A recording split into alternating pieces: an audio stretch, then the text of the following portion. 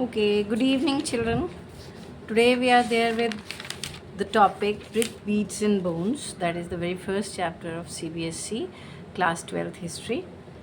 इस चैप्टर में बेसिकली आपको जो पढ़ाया गया है that is about Indus valley Civilization. Indus valley Civilization भारतीय क्षेत्र में अविभाजित भारतीय क्षेत्र यानी before partition, before 1947, if we talk about the area of Indian territory before 1947, तो अविभाजित भारतीय क्षेत्र के अंदर जो पूरा एरिया पड़ता है इंडस वैली के रिवर बैंक्स के साइड में और नियर बाई एरियाज़ में including Pakistan and Indian territory, present Pakistan and Indian territory, वहाँ पर डिफरेंट साइट्स मिले हैं. और ये साइट्स अगर हम इनकी टाइम पीरियड की बात करें कब के हैं ये, तो CBSE हमें बताता है that it falls between 2600 BC to 1950 BCE. इसको टाइम को लेके डिस्प्यूट्स हो सकते हैं. हायर लेवल पे अलग अलग हिस्टोरियंस ने अलग अलग टाइम पीरियड दिए हैं, but somehow on the basis of the carbon dating हम यही इसी टाइम पीरियड के आसपास लैंड करते हैं. And today we will take up 2 sub topics of the chapter brick, beads and bones. That is the very first topic beginnings and the second is subsistence strategy. But first let me talk about the name of the chapter, and the name of the chapter is Bricks, Beads and Bones. Indus Valley directly लिख करके अगर CBSE ये chapter देता आपको तो आपको वो एक हिंट देने से चूक जाता. इन अदर वर्ड्स, इस चैप्टर का नाम अगर ब्रिक, बीड्स एंड बोन्स रखा गया है तो इसके माध्यम से आपको ये बताने की स्पष्ट कोशिश की जा रही है कि इंडस वैली सिविलाइजेशन के बारे में जो हमें जानकारी प्राप्त होती है वो हमें ब्रिक्स यानी ईंट, बीड्स यानी मनके, जो मोतियाँ और जो मनके होते हैं जिनसे माला बनती है, मनके, एंड बोन्स यानी हड्डियाँ, इनके माध्यम से मिलती है. इन शॉर्ट और in other words, NCERT is trying to tell you that whatever information even at present we get about Indus Valley civilization, that is non-textual. Source of information for any of the history site or event basically are of 2 types. Either they are textual or they are non-textual. यानी कोई लिखित साक्ष्य मिलता है, वो चाहे जहाँ भी लिखा हुआ हो, कागज़ पे, पत्थर पे लिखा हुआ है और उससे पढ़ के अगर हम समझ पा रहे हैं, that is textual source of information. And the second source of information that is non textual, that may be artifacts, that may be architecture, that may be any other remains, archaeological remains found. Indus valley Civilization के बारे में आज तक जो भी हमें information मिली है वो information is truly non textual. इसका मतलब ये नहीं है कि हमें इंडस वैली सिविलाइजेशन से रिलेटेड टेक्स्ट नहीं मिले हैं. टेक्स्ट मिले हैं और ये आगे का सब टॉपिक है जब हम एनिग्मेटिक स्क्रिप्ट सब टॉपिक के अंदर पढ़ते हैं कि इंडस वैली सिविलाइजेशन के टेक्स्ट कैसे मिले हैं और ये टेक्स्ट क्या हमें कुछ बता भी पाते हैं. We will talk about it later as it comes in the sequence.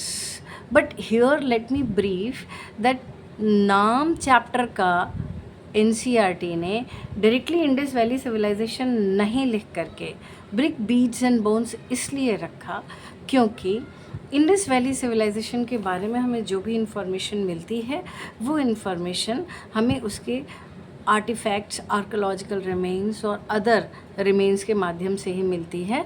हम उसके टेक्स्ट के वाया उसके बारे में यानी इंडस वैली सिविलाइजेशन के बारे में कुछ नहीं जान पाए हैं. This is a plain fact, and therefore the Indus Valley Civilization chapter has been named like this: brick, beads and bones. Right? I hope this particular point is clear. Now let us take up the very first topic. Hope you are there with your NCERT book and you are there with the very first topic, that is beginnings. Beginnings के पहले first page में NCERT आपको कुछ चीज़ें बताता है, पहले उसके बारे में बात कर लेते हैं and then we will take up beginnings. Beginnings के पहले जो first page of the chapter है that explains about the development of Indus valley civilization into the area of India and Pakistan at the mainly at the river bank of river at the banks of the river Indus and nearby, और भी दूर तक मिलते हैं, ऐसा नहीं है कि सिर्फ इंडस वैली के बैंक पे ही मिलते हैं। और दूसरा इसका एक टाइम फ्रेम के बारे में आपको एनसीईआरटी बताता है and that we already had discussed that it could be slabbed between 2600 BC to 1900 BCE. Now I'll knock you here and ask you to stop and think about BCE. See, it's very common and generally we have been taught about this in 6th and 7th and 8th standard, that is before common era. Okay, the second page of the chapter tells you about it is given there in the box. Three abbreviations are given over there: BCE, CE, and circa. C dot, that stands for circa. BCE before common era, CE common era, and circa that is lagbhag from the present time period. लगभग इतने साल पुरानी बात है. So in that reference, that is the time period 2600 BC to 1900 BCE. I hope the BCE term is clear. Now इसके अलावा first page में आपको और भी कुछ चीज़ें बताई गई हैं, जैसे ये बताया गया कि इंडस वैली सिविलाइजेशन का जो मोस्ट डिस्टिंक्टिव फीचर या डिस्टिंक्टिव आर्टिफैक्ट हमें मिलता है, that is seal that was made up of steatite. Okay, and उसमें ये भी आपको बताया गया इस पेज के अंदर कि हमें इस पूरे चैप्टर को पढ़ने के बाद पता चलेगा कि कैसे एक हिस्टोरियन अगर कोई कंक्लूजन ड्रॉ करता है about a particular site, a particular civilization, a particular culture, तो कैसे वो कंक्लूजन बदल सकता है. It may variate with time, with development of technology, it may variate with perception. हर इंसान का परसेप्शन अलग अलग होता है. तो एक व्यक्ति एक पर्टिकुलर आर्टिफैक्ट को देख करके जो कंक्लूजन ड्रॉ करता है, ज़रूरी नहीं है कि दूसरा व्यक्ति भी सेम कंक्लूजन ही ड्रॉ करे. फाइन. तो इसके बारे में भी एक शॉर्ट आइडिया आपको सेकंड पैराग्राफ में दिया गया है and then we get the box. Okay, इस बॉक्स के अंदर आपको क्लियरली बताया गया है दैट इंडस वैली सिविलाइजेशन का time period 2600 BC to 1900 BC है. सेकेंडली आपको 3 लेयर्स के बारे में बताया गया है and if you talk about layers, it means we are talking about the layers of archaeological site. ठीक है, archaeological site is the site जहाँ पर एक किसी पर्टिकुलर टाइम पीरियड या हिस्टोरिकल टाइम पीरियड के मेन आर्टिफैक्ट्स या कुछ प्रमुख रिमेन्स हमें वहाँ मिलते हैं और उसको आइडेंटिफाई किया जाता है by Archaeological Survey of India कि यहाँ पे अच्छा रिच रिमेन्स हमें मिल रहा है. So this particular site is archaeological site. तो आर्कियोलॉजिकल साइट पर अगर हम एक्सकेवेशन करते हैं, खुदाई करते हैं, तो वो खुदाई जो है 2 तरह से हो सकती है. हॉरिजॉन्टल एक्सकेवेशन यानी धरती की सतह पर ही ऊपर खुदाई करना, that is known as horizontal excavation. और दूसरी तरह से खुदाई होती है वर्टिकल एक्सकेवेशन, यानी कि धरती की सतह से एक लेयर तक खुदाई करने के बाद वर्टिकली आप और नीचे की ओर खुदाई करते हैं. Then vertically you go again downwards and this way out you find out different layers of the different time period. So this way out we define in history as the vertical excavation. तो यहाँ पर आपको बताया गया है कि Indus valley civilisation में अगर हम वर्टिकल एक्सकेवेशन के रेफरेंस को लें तो हमें 3 layers of Indus Valley civilizations मिलते हैं और उसमें जो लोएस्ट लेयर है वो टाइम पीरियड के अकॉर्डिंग सबसे पुराना होगा. उससे द लेयर अबव वो टाइम पीरियड के अकॉर्डिंग मिडिल टाइम पीरियड का होगा and then after the last layer earth surface के आसपास का जो फर्स्ट लेयर है that will be of the last time period, and it has been termed as the lowest layer has been termed as early Harappan civilization. The middle layer has been termed as mature Harappan civilization, and the upper layer has been termed as late Harappan civilization. See, it's a matter of common sense. When we dig below, हम और पुराने समय में जाते हैं, तो पुराने समय में एकदम से तो डेवलप्ड इंडस वैली सिविलाइजेशन की लेयर नहीं मिल गई होगी. धीरे धीरे पहले सिविलाइजेशन के लिए बस्तियां बसी होंगी, गांव जैसा कुछ रहा होगा. फिर उसके बाद एक टाइम पीरियड के साथ धीरे धीरे वहाँ पर एक developed layer of Indus valley Civilization मिला होगा, जिसके बारे में आप आगे पढ़ेंगे चैप्टर में कि it was, we are here taking the case study of Mohenjodaro. It was the urban side.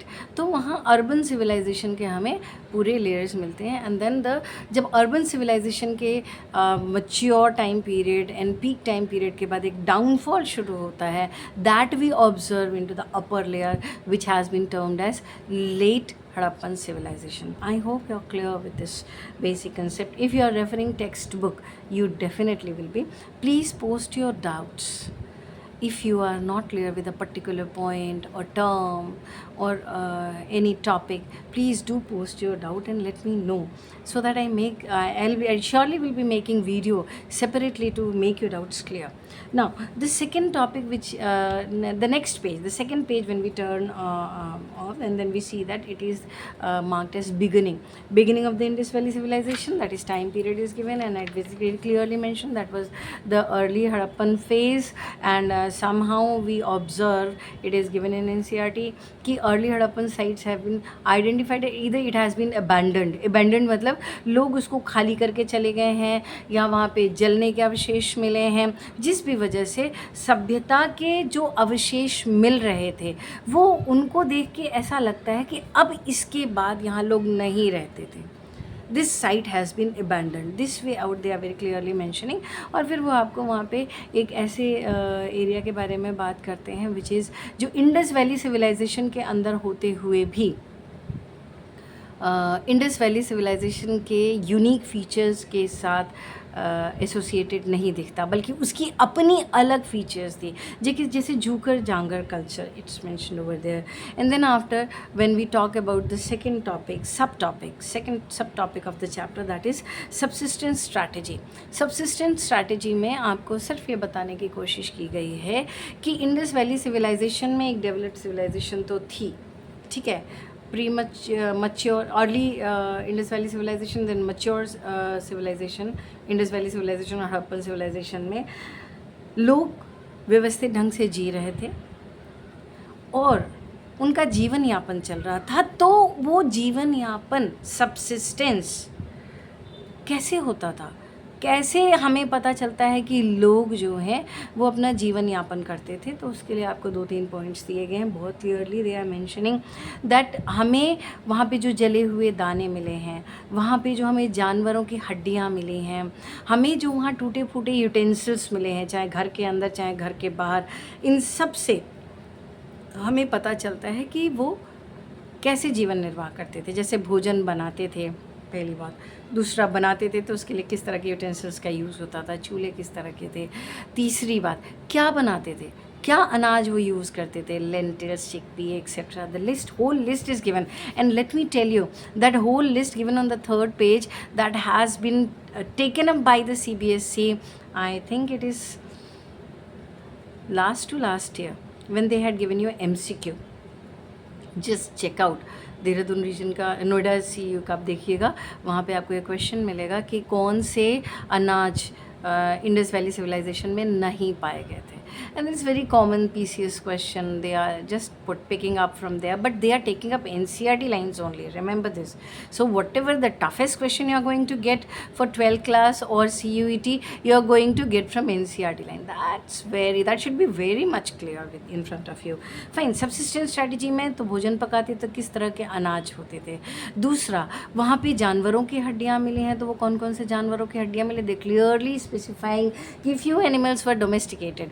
कुछ जानवरों को पालतू बनाया गया था ना, few of the animals they were non domesticated, वो जंगली जानवरों को ही लेते थे। और फिर बाद में एनसीईआरटी आपको बताता भी है कि जंगली जानवरों को वो कैसे हासिल करते थे, या उन वहाँ तक जंगली जानवरों की हड्डियाँ कैसे पहुँची हैं, we don't have any information. क्या वो they use to take the help of these people, forest dwellers, जंगल में रहने वाले लोगों का, या फिर कोई और। So they are not clearly talking about that. And further if we talk about that whatever the means of subsistent strategy were adopted by the Indus Valley civilization, it's very clear that they were agrarian people. वो खेती बाड़ी करते थे, ठीक है। तो जब अनाज उपजाते थे तो किस तरह से उपजाते थे? डेफिनेटली कोई कुछ एरियाज़ ऐसे रहे होंगे जहाँ डिगिंग स्टिक एंड हो की मदद से slash and burn type of खेती की जाती रही होगी। इसके भी एविडेंसेस मिले और सीनियर क्लासेस में है, आपका हिस्सा बिल्कुल भी नहीं है। Here they are telling you about that they were into settled agriculture, और उसके लिए वो प्लो का इस्तेमाल करते थे, हल और प्लो का इस्तेमाल करते थे। इसका पता हमें कैसे चलता है? तो we got terracotta model of plough. Now what is terracotta? जब आप मिट्टी से कोई शेप और फिगर बना के उसको पका देते हैं, that is known as terracotta model. तो इसका टेराकोटा मॉडल मिला है किसका? प्लो का, हल का। तो इससे बहुत स्पष्ट है कि खेती के लिए वो हल का यूज़ करते थे। फिर हमें वहाँ से बुल भी मिला है, टेराकोटा मॉडल बैल भी मिला है। तो दे आर सिंपली एक्स्ट्राप्लोरेटिंग, यानी कि जो फैक्ट हमें मिलता है उससे संबंधित करके उसका विस्तार मानते हुए ये माना जाता है कि उसके लिए वो खेती के लिए ऑक्सीजन भी यूज़ करते रहे होंगे। तो हमें उसके अलावा ये दो एविडेंसेस के अलावा तीसरा एविडेंस भी मिला है, हमें फरो लाइनिंग भी मिली है। फरो यानी जब हल को मिट्टी में आप प्रेस करके और हल चलाते हैं तो एक रेखा जैसी बन जाती है, that is known as furrow. The soil is turned upside down, ठीक है, नीचे की मिट्टी ऊपर की, तो एक उसको कूड़ बोलते हैं पूर्वोत्तर भारत या पूर्वी भारत के अंदर। In English it is known as furrow, मिट्टी की एक लाइन जैसी बन जाती है। तो हमें फरो एविडेंसेस भी मिले हैं। कहाँ से मिले हैं? 1 मार्कर क्वेश्चन। अच्छा, हमें 90 डिग्री पे भी फरो मिला है। इसका मतलब पहले तो वो कहाँ से मिला है, ये 1 मार्कर क्वेश्चन है। Refer your text. And more over कि 190 डिग्री पे फरो मिलने का मतलब है कि 2 डिफरेंट टाइप ऑफ अनाज भी उपजाते थे। आज भी इस पद्धति को फॉलो किया जाता है। तो this way out from known to unknown historians are moving कि हाँ आज भी ऐसा होता है, तो शायद उस समय भी ऐसा होता रहा होगा। सब्सिस्टेंस स्ट्रैटेजी के अंदर again they are talking about that कि हमें ये सारी चीज़ें मिलने के अलावा आपको पता है कि इंडस वैली सिविलाइजेशन के अंदर जो लोग सेटल्ड एग्रीकल्चर करते थे वो सिंचाई के लिए for irrigation they use different means. And वो डिफरेंट मीन्स क्या थे? Very clearly the CBSE CBSE books NCERT are mentioning that first wells, second they used to the canals have been found into the Shortugoi Afghanistan। देखिए, चलिए मैं fact नहीं बता रही हूँ इस वीडियो में, चलिए निकल गई बात, कोई बात नहीं। देखिएगा, आप बुक देखिएगा। For the facts just refer your books, this way out you will be in touch with your book.